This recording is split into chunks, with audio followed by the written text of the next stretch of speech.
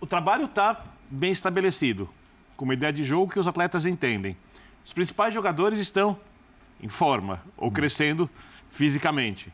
Memphis, Garro. Por que o Palmeiras é mais favorito que o Corinthians? Então, eu entendo quando o professor usa o argumento, obviamente meio racional e desumano, quando ele pega e fala que, olhando o acúmulo do trabalho do longo prazo, foi lá e achou um jeito de justificar a afirmação de que o Palmeiras é o principal favorito. O Corinthians é um time desequilibrado em relação à defesa e ataque. Isso você está omitindo. Peraí. Eu concordo. Nós falamos aqui com todos os linhas. Eu não gosto do jeito. Eles estão empurrando o favorito. É isso? Um está jogando pro outro. Eu não gosto. Pro Verdão do Birne. Eu estou empurrando pro Verdão do Birne. Eu não gosto de times que jogam em 4-3-1-2. Eu não gosto dessa ideia de jogo, porque fica espaço pelo lado e tal. Mas o Corinthians funciona. Tem um desequilíbrio pelos lados? Tem. Agora eu te faço rebato com uma pergunta. O Palmeiras está equilibrado? Esse Palmeiras, nesse momento, não. Mas mesmo desequilibrado, sobreviveu depois de ver o preto do olho de Deus. Isso é muito importante num campeonato como esse. O Palmeiras chega e chega forte. Com todos os problemas que eu falei, acabei de falar, classificado ou não, ele tem problemas para resolver para a temporada. É o Palmeiras do Abel, agora, é o Palmeiras do Estevão, é o Palmeiras do Veiga, é o Palmeiras forte, tudo bem, perfeito. Ele pode não sobrar tanto quanto sobrou em relação aos seus rivais em casa, mas ele também não é pior que ninguém. Então, eu pensei no clássico agora também. O Palmeiras jogou melhor que o Corinthians, no clássico. Sei. Foi. Teve um pênalti no final, inclusive. Eu acho, na verdade, que... São Paulo jogou melhor que o Corinthians e ninguém sentou aqui para dizer que São Paulo, por exemplo, é favorito. Acho que são réguas muito distintas, assim, pegar só pelo clássico. Eu acho que começa um outro campeonato. Acho que os grandes têm mais chances, mas os pequenos que vão enfrentar os grandes são equipes difíceis. O Novo Horizontino tirou ponto de equipe grande, não tirou ponto do Corinthians porque teve azar no jogo. O São Bernardo ficou na frente do Palmeiras, no grupo do Palmeiras. São segunda e terceira melhores campanhas, né? Se alguém ouvir a Ponte Preta vai chorar muito, né? Porque 4 times classificados têm campanhas piores que da Ponte Preta. Isso tinha acontecido com o São Bernardo no ano passado. Isso. O São Bernardo também ficou de fora. Então eu não consigo ver um favorito. Eu vejo o Corinthians jogando o futebol mais consistente na primeira fase do estadual. Como esse time vai reagir no mata-mata? Se o Palmeiras vai crescer e jogar mais, eu não duvido. Se o São Paulo vai se achar... um pouco mais difícil, mas também não é impossível. Se o Santos com o Neymar, pega embalo e tal, eu acho que um grande vai ser campeão, mas eu acho que a diferença para os pequenos está um pouco menor esse ano por causa do estágio de preparação. Eu nem descarto que uma equipe pequena chegue à decisão ou, quem sabe, até brigue pelo título, não é minha aposta, mas eu não descarto. Muito bem. Seu Pedro Ivo Almeida, hein? Já estava colocando a sua colher aí nessa conversa aqui, nesse ingrediente aqui desse debate. Quero te ouvir também. Primeiro sobre o Palmeiras. A gente vai abrir o debate. A gente vai falar de São Paulo, de Corinthians, de Santos e tudo. Vamos falar do Rio de Janeiro daqui a pouco também. Mas eu quero te ouvir sobre a impressão que esse Palmeiras deixa pensando na próxima fase. Eu sei que é uma nova fase, eu sei que tudo muda, é mata-mata. Mas queria te ouvir sobre essa impressão que o Palmeiras deixa para a próxima fase. Primeiro sobre o Palmeiras, então. Depois eu vou colocar minha colher no debate do professor, dizendo que não é tão favorito, o Vitor querendo dizer que é favorito. É bom esse debate. Mas aí, William, boa noite a você, professor Elton, Birner, fã de esporte com a gente. O Palmeiras, ele parece que aos 80 minutos do jogo de hoje, 35 do segundo tempo, ele sofre o gol, 34, 35, ele passa a querer disputar o Campeonato Paulista. O Palmeiras, até o gol do Léo Gamalho ali, era um time que se tinha brecha, jogava, se não tinha brecha, não jogava, se tinha que correr por conta de um gol sofrido, corria. Se não tinha que correr, não corria. O Abel ali com 20 minutos do segundo tempo. Foi 20, né? 22 minutos ali do segundo tempo. Saca o Estevão, saca o Facundo. Estava numa mais de segurar um resultado ali que já não era exatamente tão sólido. Aí toma o gol. Aí quando toma o gol, opa, liga o alerta. Parece que agora a gente vai ter que correr, brigar. E não precisou de muito. O Vanderlan se recupera, tinha vacilado. Talvez até o retrato de um time que não estava ali, sabe? Moroso, passivo. Passividade para disputar uma bola, passividade para marcar. Uma boa triangulação do Mirassol, é verdade, mas uma passividade do Palmeiras ali que você não espera em um jogo decisivo. E sim, o jogo hoje tinha um caráter decisivo. Queira você dar peso ou não ao estadual, tinha um caráter decisivo. Então, quando passa dos 80 minutos... Exato, quando passa dos 80 minutos é que os jogadores começam a dar esse peso. E não eram os principais jogadores. Aí teve o cruzamento, teve o gol de cabeça, o Palmeiras está classificado e aí eu tô com o Birner.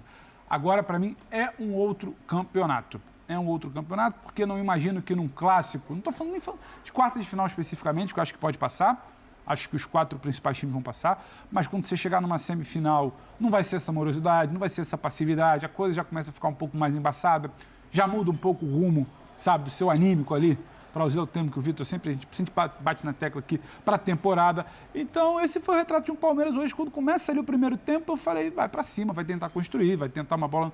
E o Palmeiras parecia que não é que não estava querendo jogar, mas que não estava ligado na chave de um jogo decisivo. E a Ponte Preta ajudando barbaridade. A Ponte Preta fez o papel dela, ou não fez. Exato. Faltava o Palmeiras fazer o dele. É muito difícil torcer pra Ponte. Então, eu não consigo virar, William, e falar para você que o Palmeiras do mata-mata do Campeonato Paulista vai ser o Palmeiras da primeira fase do Campeonato Paulista, vai ser o Palmeiras do questionamento das últimas entrevistas, vai ser o Palmeiras do primeiro tempo de hoje contra o Mirassol. Eu estou com o professor, achei o Mirassol melhor dentro do que é capaz de fazer, e o do Palmeiras do que é capaz de fazer e não fez. Então, acho que o papo começa a mudar. Agora, eu esperava um pouquinho mais do Palmeiras hoje. Esperava porque o Abel pode falar o que ele quiser na entrevista, vai ser muito bom poder acompanhar agora a abordagem que ele vai ter para os próximos jogos, dessa classificação. Ele pode falar que era um campeonato satisfatório, foi o termo que a gente utilizou no meio de semana para dizer que o Palmeiras vinha bem. Só que aí, quando o Palmeiras é chamado a um confronto decisivo, é bom lembrar, contra um time de Série A agora, e tinha até o que o Abel poderia ter de melhor disposição, de jogadores à disposição em campo hoje, eu achei que eu queria ver um pouquinho mais do Palmeiras e eu não vi. As bolas que você pensa que o Estevão vai ter alguém para se aproximar e se associar, a jogada não existe. Sabe, a criatividade, ela não existe. Sabe, o comprometimento com o jogo, que eu acho que é o mínimo que você pode entregar, ele também não existiu tanto assim no primeiro tempo, no início do segundo ali com gol. Mas acho que agora o papo vai mudar um pouquinho para Palmeiras, vai mudar um pouco para São Paulo também, que eu acho que em algum momento vai ser muito questionado. Acho que o papo vai mudar um pouco também no Rio. E acho que é isso que dá para tirar dessa primeira análise de Palmeiras hoje. Porque, Elton, se a gente pensar nos grandes desafios que o Palmeiras teve, os clássicos dessa primeira fase, em nenhum o Palmeiras foi inferior mesmo. O Palmeiras foi superior ao Corinthians, teve pênalti, acabou desperdiçando, foi superior ao Santos. E, se não foi superior, também não foi inferior ao São Paulo. Foi melhor que o São Paulo. Né? Foi melhor que o São Paulo. Então, assim... É esse tipo de confronto que o Palmeiras vai ter a partir da próxima fase. Claro, tem o primeiro confronto é contra o São Bernardo, que é fora de casa, inclusive. Não sabe se vai passar ou não, qual a resistência que o São Bernardo vai oferecer ao Palmeiras. Mas é esse tipo de jogo onde o Palmeiras correspondeu que ele vai ter pela frente agora, Elton. Tudo bem? É isso. Boa noite para você, William. Boa noite, companheiros, fãs de esportes. Estava olhando aqui a classificação geral. O Birner falou da classificação da Ponte Preta, né, quarto lugar. O Palmeiras poderia ter sido eliminado com esse quarto lugar. Né? E o Mirassol, o adversário do Palmeiras, classificou em nono. Sim. Então, acaba, de fato, sendo um campeonato que tem essa disparidade, tem essa incongruência. E olhando para a tabela, a gente partindo para os números do Palmeiras, se você pegar qualquer um desses jogos que você citou, lá de números, posse de bola, finalizações... passes certos, chances criadas, aproveitamento em bola parada defensiva, ofensiva. O Palmeiras vai ganhar em quase todos os quesitos, porque é um time que tem identidade. Eu acho que o que sustenta o Palmeiras nesse trecho da temporada é a identidade que adquiriu com o trabalho desde 2020. Isso a gente não pode deixar de levar em consideração, porque mesmo com tantos desfalques, até o jogador que chega e que entra, né, foi o caso do Maurício, né, já na segunda metade da temporada passada. Sim. É o caso do Facundo Torres, nessa temporada também. Você tem um time onde o jogador chega e não tem tanta dificuldade para render minimamente o que ele tem de potencial para o time coletivamente funcionar.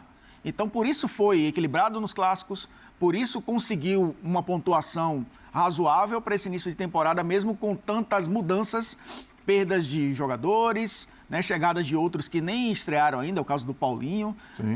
Um time desconfigurado no sentido de identidade. O Palmeiras, em alguns jogos, emulou o que a gente viu nas últimas temporadas. Lançamento do Gustavo Gomes para casquinha do Flaco Lopes e um ponta entrando para finalizar.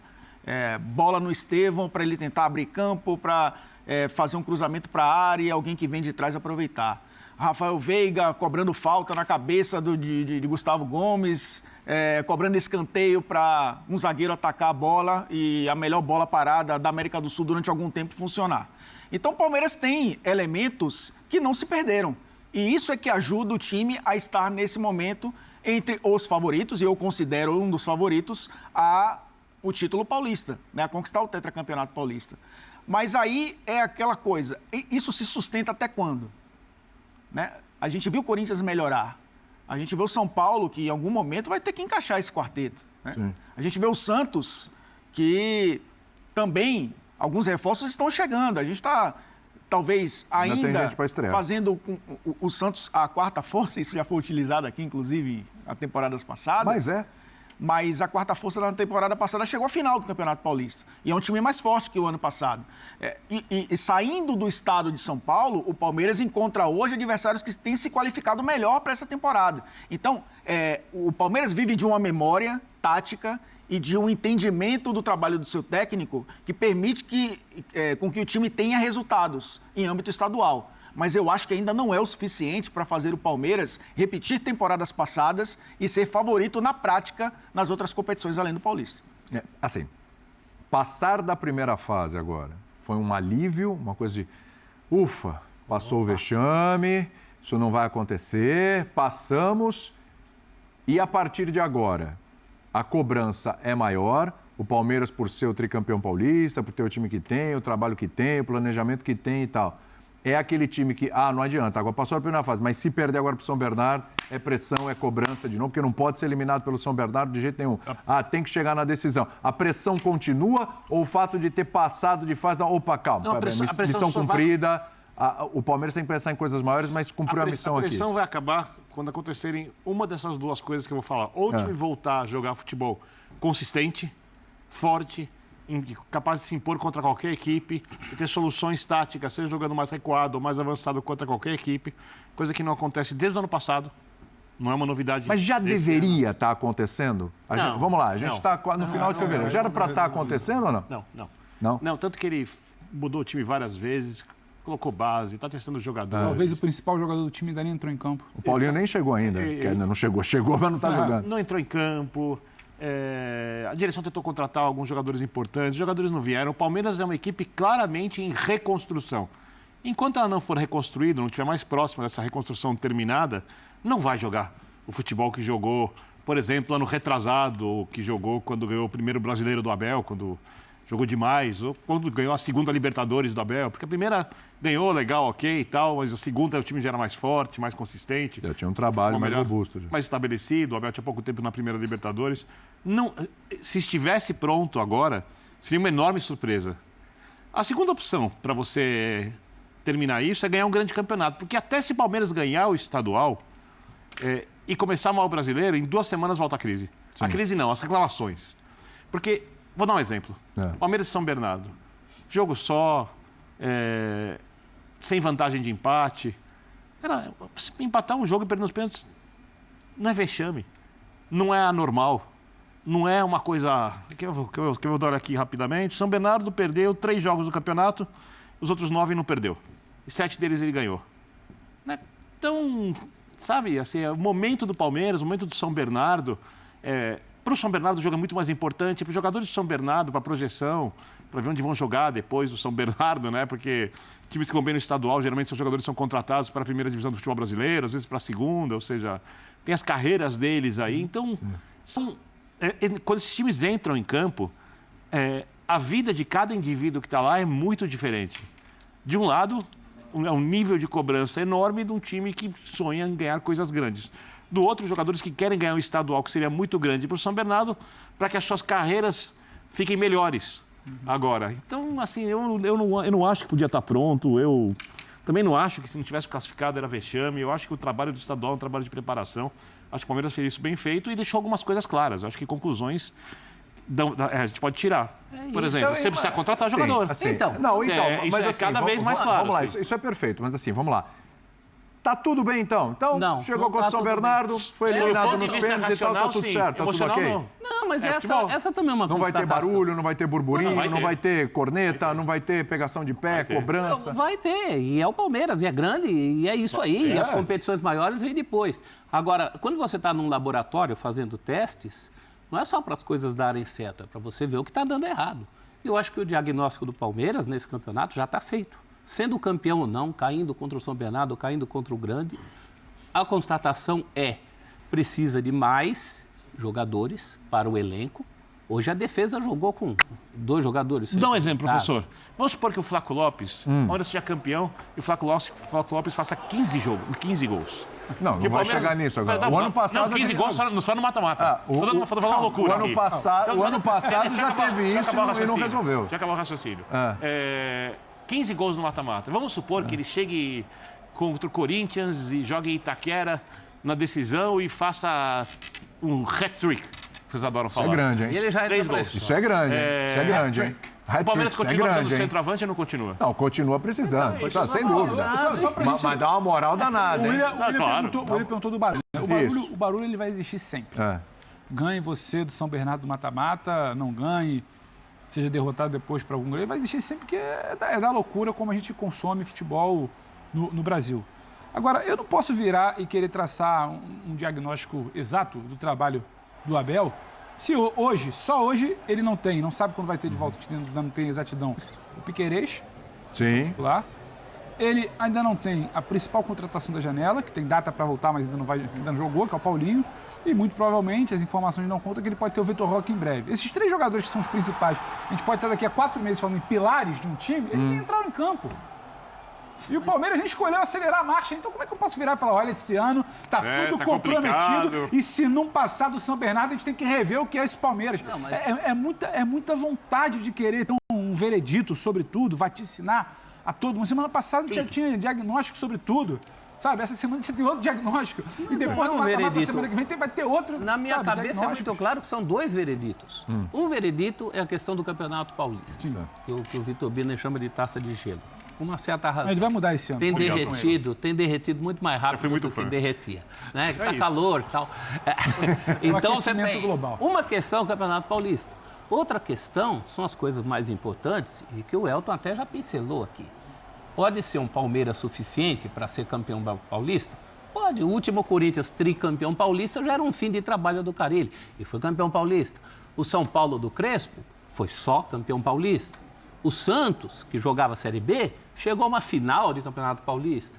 O que isso significa em termos de segundo semestre, caro Vitor Bino? Absolutamente nada. Eu acho que isso, inclusive, ampliando para os outros 3 concorrentes do Palmeiras no Campeonato Paulista, notadamente favoritos, né? Porque eu acho que Bragantino e Mirassol, que disputam a Série A também, acho que estão um pouco distantes ainda nessa conversa.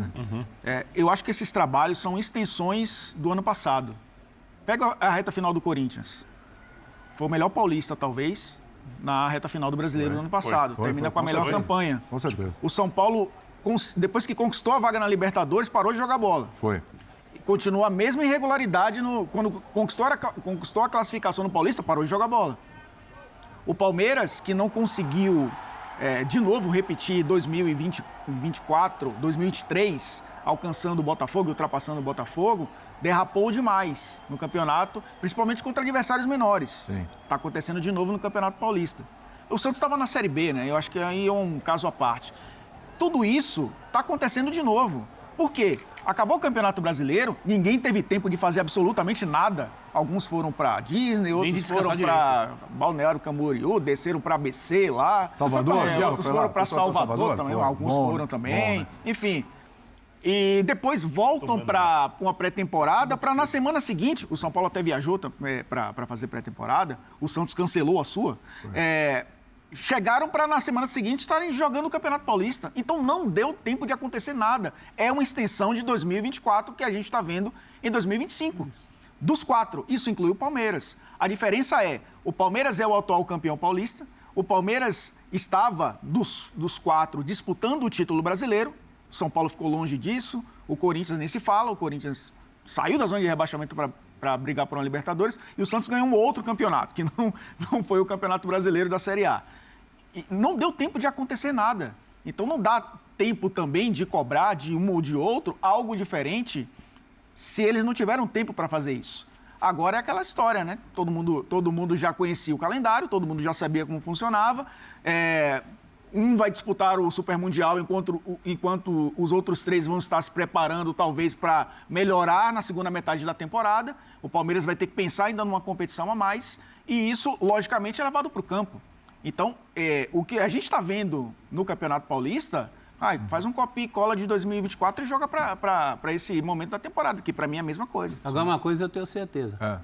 Uma eventual conquista de Campeonato Paulista significará, apesar de ser histórico, o negócio do tetracampeonato lá, que ninguém ganhou desde o tempo do Paulistano, significará menos para o futuro da temporada do Palmeiras do que para todos os outros. Para o Corinthians será muito interessante. O Corinthians não ganha nada desde 19. O Corinthians está ganhando aí moral para uma Libertadores. O torcedor corintiano gosta muito dessa coisa do título paulista, então vai dar uma empolgada. Para o São Paulo, a mesma coisa. Para o Santos e para o Neymar, é a chance de um título garantido para o Neymar. Para o Palmeiras, parece ser muito mais uma obrigação, por tudo que ele tem, por tudo que a gente está falando acumulado. Né? Essa questão, até se o Palmeiras caísse fora do mata-mata do ano, do tal do tetracampeonato, ia ser muito mais lembrada, um peso muito maior. Eu acho que o Palmeiras tirou um primeiro peso das costas. Mas ele realmente ganhar o título paulista não vai mudar a temporada do Palmeiras. Mas ele perder o título paulista cria um barulho momentâneo Cria que um barulho, atrapalha. mas por exemplo, o se barulho o já Palmeiras tá aí. perca a final, pode ser tetra, ele perde a final ou é eliminado numa semifinal para o Corinthians. Mas os porquês já estão aí. Não tem o 9, não reconstruiu principalmente o ataque. A torcida está chegando lá, a diretoria, queremos jogador, né? Não está falando que queremos jogador, mas estão pegando no pé do Barros. Os senões já estão aí. Palmeiras classificado ou não, já tem o roteiro. E a cobrança do roteiro não é propriamente em relação ao Paulista. É em relação aos sonhos maiores. O Palmeiras é um time de primeira prateleira. O Palmeiras tem que pensar se está igual ao Flamengo, eventualmente o Atlético Mineiro, que o ano passado, o Botafogo. É que pegando essa teoria, juntando aqui duas teorias, uma do Elton e outra do Birner. Pegando a do Elton aqui, que é coisa assim, é a sequência do ano passado para os clubes e para o Palmeiras não é diferente. Então, o Palmeiras do ano passado vem uma frustração do seu torcedor, não é que o ano foi ruim, o Palmeiras foi vice-campeão brasileiro. Né? E as eliminações que o torcedor não estava acostumado com eliminações nas oitavas de final de Copa do Brasil. Mas foi eliminado pelos times que chegaram à decisão, foi campeão e tal. Realmente, isso tem um peso, tem que entender.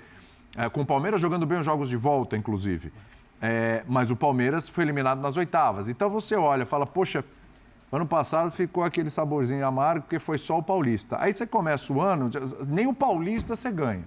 Aí começa a se criar aquela coisa de expectativa. E aí você olha lá na frente, você fala, pô, mas não ganhou? Aí tentou contratar, A não veio, B não veio, C não veio. Só vieram 2, 3, né? A sua janela já está dizendo que essa tal reconstrução não é para ganhar Paulista. Então, eu não sei se a reconstrução, com certeza, nenhum time, nem Flamengo, nem Palmeiras, eles fazem reconstrução para ganhar campeonato estadual. É só uma consequência. A gente está sempre querendo negociar o uso da palavra vexame. A gente passou a semana inteira. E se o Palmeiras não ganhar? Qual o tamanho do vexame? Qual o tamanho da decepção? Do barulho. A gente está sempre ali querendo. O Palmeiras, que ano passado não teve uma boa temporada, e ele se mexe no mercado, porque precisa, repor, dar um pouco mais de profundidade no elenco, ter a peça que não tem, que está aí, batendo cabeça até agora. O Bé falou que eu não porque não está acontecendo. Porque não está acontecendo. Tem o Facundo. Estão tentando, mas não está rolando. Esse Palmeiras, ele está nesse processo ainda para que 2025 seja melhor. Quando esses jogadores estiverem em campo, o melhor ou pior é quando esse time estiver em campo, for testado e competir. Esse time nem entrou em campo ainda e já estão querendo, eu não estou falando da gente, mas já estão querendo cravar o que é e o que não é. Então, assim, fica muito esquizofrênico. Mas por que eu falei que eu ia fazer um gancho entre a teoria do Elton e do Birner? Porque a teoria do Elton é essa do ano que não acabou, né? Virou e foi. Mas você fala que mais ou menos há um ano e meio, que o Palmeiras não é mais aquele Palmeiras. É forte, mas não é mais a melhor versão do Palmeiras do Abel, nem perto disso. Então, onde está o Abel nessa história? Porque a gente sempre tende, por vários motivos, a preservar, a apontar, mas não veio o reforço, mas não tem o 9, mas tentou tal jogador, não veio, mas tentou outro, não veio, mas o elenco está um pouco mais reduzido. Mas esse elenco agora não é tão bom quanto era do ano passado, agora falta profundidade. E não são mentiras. Você quer que eu cite aonde eu encontro equívocos do Abel, é isso? Então, aonde tem o Abel? O Abel está realmente, não estou provocando, tem que arrumar algum erro do Abel, mas se tem. O Abel está ileso, ele está imune a tudo isso. Quando o Guardiola fez 100 pontos na Premier League, se você procurar, você vai achar equívoco. Né? Não existe futebol sem erros. Futebol, os jogos são preparados, os times são trabalhados para diminuir a possibilidade de erro. Seja um erro de deixar espaço, seja um erro técnico do jogador, porque taticamente ele joga em tal posição. Aí você tem um zagueiro mais lento, você joga com o time posicionado do jeito X e com um cara mais próximo dele rápido para cobrir. Os técnicos pensam tudo isso. Então, antes de eu falar onde eu consigo enxergar algum problema no Abel, eu quero dizer que olhando para o Abel, se eu olho o copo, ele não está meio cheio, ele está quase transbordando. Só que tem alguns momentos, por exemplo, puxando de lá para cá. O Abel, algumas vezes, e eu não discordei dele na época, então eu estou de mão dada com ele nesse equívoco. Demorou para mexer na equipe ou para colocar algum jogador mais jovem. Né? Isso desde o jogo contra o Boca Juniors, quando foi eliminado naquela Libertadores, que era uma Libertadores razoavelmente fácil, né? Para o Palmeiras ganhar, ou pelo menos seria um jogo muito equilibrado com o Fluminense na decisão. Então, ali, o tempo mostrou que o Abel estava equivocado, mas eu concordei com ele quando ele não fez aquilo, porque quando ele não mexeu, e eu entendi o porquê. Alguns jogadores que o Abel pediu a contratação, por exemplo, Flaco Lopes. Quando eu vi o Flaco Lopes jogando na Argentina, eu falei, opa, vale investimento, vai crescer.